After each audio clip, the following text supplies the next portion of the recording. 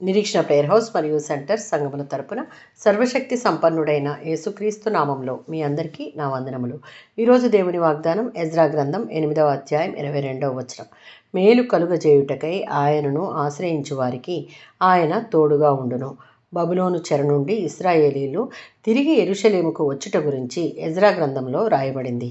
Ezra ఒక యాజకుడు, శాస్త్రజ్ఞుడు, దేవుని ధర్మశాస్త్రాన్ని బోధించినవాడు. 8వ అధ్యాయం ఇశ్రాయేలీల ప్రజలు అందరూ అత్యంత ప్రమాదకరమైన ప్రయాణం చేసి యెరూషలేము చేరుటకు సిద్ధపడ్డారు.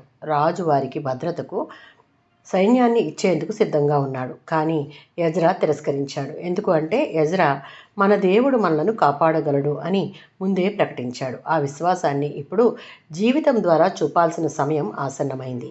ఎజ్రా గ్రంథం 8వ అధ్యాయం 21లో వారు ఉపవాసం చేసి దేవునిని ఆయన చేయు సహాయం కొరకు వేడుకున్నారు.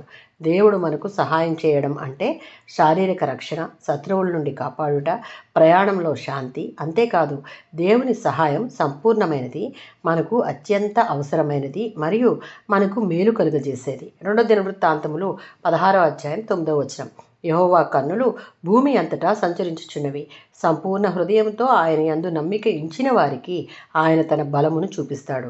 పరిస్థితులు మనం వెళ్ళే మార్గాలకు అనుకూలం కాకపోయినా, భద్రత లేనివైనా, శత్రు సమూహం ఎదురు నిలబడినా, దేవుని యందు గనుక సంపూర్ణంగా ఆధారపడి ఆయనే మనకు సహాయం చేయువాడు అని ఆయన శక్తి సామర్థ్యాల మీద ఆధారపడితే ఆయన మనకు తోడుగా ఉండి సంపూర్ణ భద్రతనిచ్చి మనకు మేలు చేయుటకు సమర్థుడు. ఆమేన్.